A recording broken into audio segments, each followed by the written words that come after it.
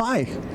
Well, welcome to Moose Jaw This Week. I'm Lyle Johnson, your host, and today we're talking to two women who are on a mission, which is it's a really special thing. And I've got Jackie Wilson and Connie Paul with me, and they're talking about the Moose Jaw International Medical Mission. That's right. And they're going to tell us, because they're going to Guatemala. So Jackie, you're kind of the organizer, so you can start off and tell me about this. Sure. Well, this is actually something that we did for the first time last year. And we went last February to a little place in Guatemala called Patsun. And we were able to go there with a whole surgical team, surgeon, anesthetist, and then enough nurses to make some surgeries happen.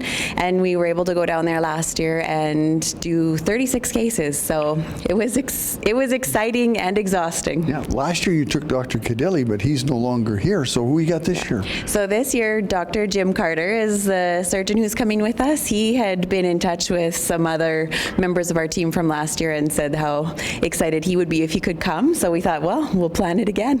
Yeah. Now, Connie, this is your first time to be involved in this. Have you ever done anything like this before? No, I haven't, and I am so excited to go. As soon as Jackie started talking about it, I just volunteered right away and said, I'll go. So Well, Levi's out of the house, so you don't have to worry about him. Yeah, that's right. So I'm so excited to go. It is going to be some hard work down there, but rewarding, very rewarding. Now, what is your nurse? Are there any special qualifications as a nurse that you have? Well, I have done some time in recovery room, and I also am a critical care nurse, so ICU and emerge. So I'm hoping I'll be able to help along the way. So it's all about caring for your patient, right? And you said, I want to jump in and go. Had you never done this? I've never done this before, and it's kind of like on my bucket list. So now I got one thing off, and I would certainly go again. Yeah. No, it's a big deal to take this many people away from the community for a while. How many are on your team this year? So this year there's 17 of us that are going, and there's OR nurses, recovery room nurses, there's nurses that will be doing like the pre-op and post-op care, and then of course our operating room nurses, and we're bringing along people who will help us sterilize our instruments, so sterile processors. We've got 2 anesthetists. Dr. Carter's one of the surgeons that's coming, but also we're going to be teaming up with a gynecologist that's down there and who is helping us organize this trip. So it will be great, and we're even bringing Brad Hennefent as our handyman, so that's good. That'll be really, yeah. Brad, what a great idea to take him along, because he's a really good team guy. Absolutely, and I think everyone on the team is just ready to pitch in and do anything at all that they can, so that makes a good team. Yeah. Now, it starts February 4th? 3rd we leave. February 3rd we leave, so pretty quick. Yeah, you'll be working on the 4th. Yeah, we will be working on the 4th, so it's a long day to get down there, but once we get down there and unloaded and start meeting the people, yeah. You have to take a lot of stuff with you, because they have virtually nothing. They have some supplies there, but we fundraise for the cost of our supplies, and then we also take some supplies down with us, so to hopefully not run out of things and not use all of their supplies, right? Yeah. And Connie was telling me before we were on camera, you guys have done such a good job of fundraising that you actually have more than you... Yes, we do, yeah. I mean, Moose Jaw and Regina are such supportive communities, you know. It's a pleasure to go be sent out from here, I suppose, to go and help down there. And so we have done awesome. Everyone's been really supportive. And so this will hopefully give us the opportunity to be able to purchase things that we were kind of hoping to be able to purchase, but didn't quite include in our budget this time. And so it's something that hopefully we'll be able to leave some good stuff there for them at their hospital that they wouldn't have without us coming. So how big is their hospital? They have, compared to ours, is it as nice as ours? It's not quite as nice or luxurious as this, but it is a nice, clean facility, and they take very good care of it. There's lots of old donated items that, you know, maybe we've sent, even not particularly from here, but, you know, from Canada has sent them different equipment. And we actually are meeting up with a guy, Joe Lear, down there who is coming along as our biotech engineer. So he helps us keep all of the maybe slightly outdated instruments running, helps us keep everything going when the power shuts off, and all those kind of things. So he's... They don't have power 24 hours a day sometimes, do they? It's intermittent. It happens to go on and off on occasion. So yeah, it worked fine last time. We were able to make do, and they do have a generator at this hospital, so it kicks in quite often throughout the day, and so there's only a few down minutes, I suppose. But yeah, they take very good care of their facility. I think they have 22 beds right in the hospital, and it's the facility that we go to is also an orphanage. They run a clinic out of there as well.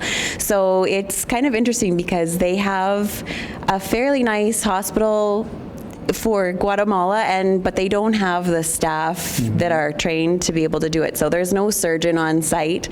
So really, these people, they know what kind of surgeries they need, but they don't have a way to treat them unless a team like ours comes down there to volunteer. So. Yeah.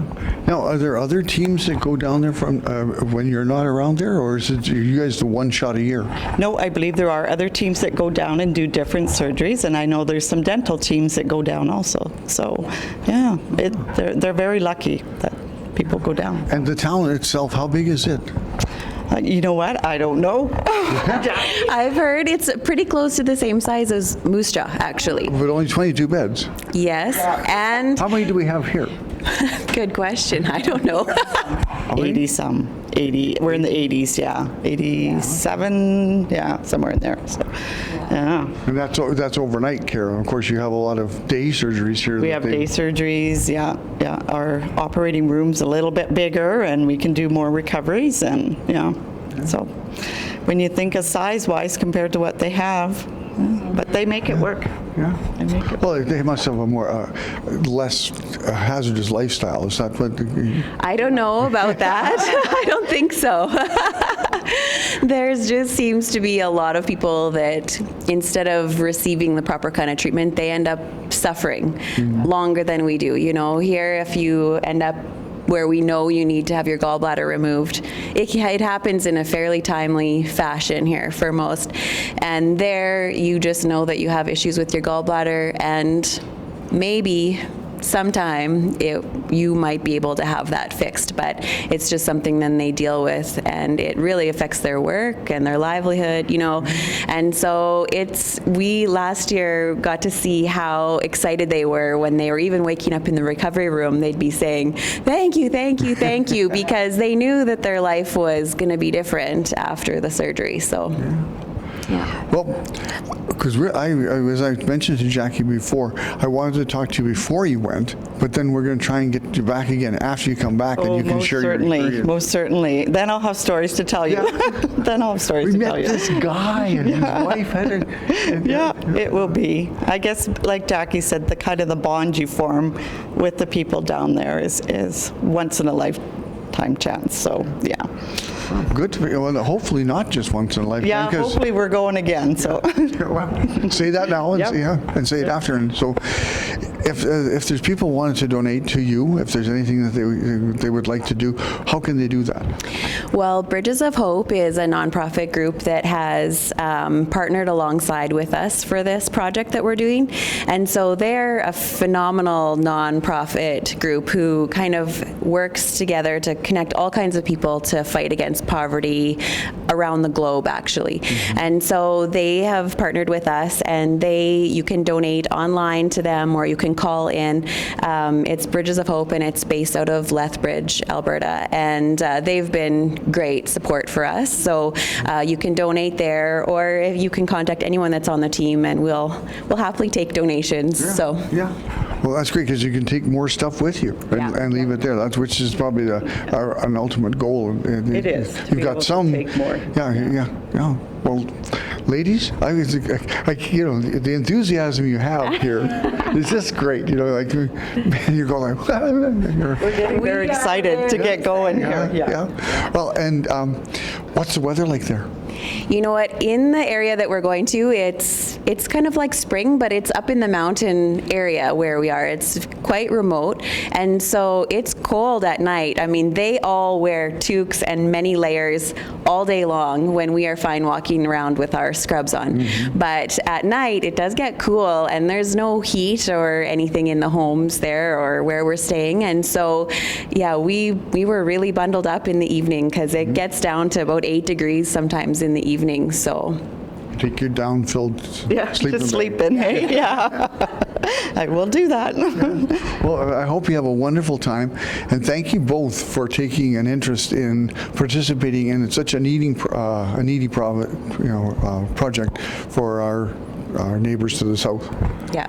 Well, that's it's a pleasure for us, and after we've been there, you really see how privileged that we are here, and we do have a lot to be able to give. So it feels good to share. Yeah. Connie, It does. you have a really good time. I will have a great time and have stories for you when we get back. Yeah, for sure. Okay, that wraps up here. It's called Moose Jaw Medical Mission? International Medical Mission, because it's not just happening here. And it'll be a really good project in February from the 3rd to the Well, we come back on the 15th. 15th, yeah. And so if you see them around town, say hi, congratulate them, and say how happy you are for them. So thank you for being our guest today. And after this message, we'll be right back.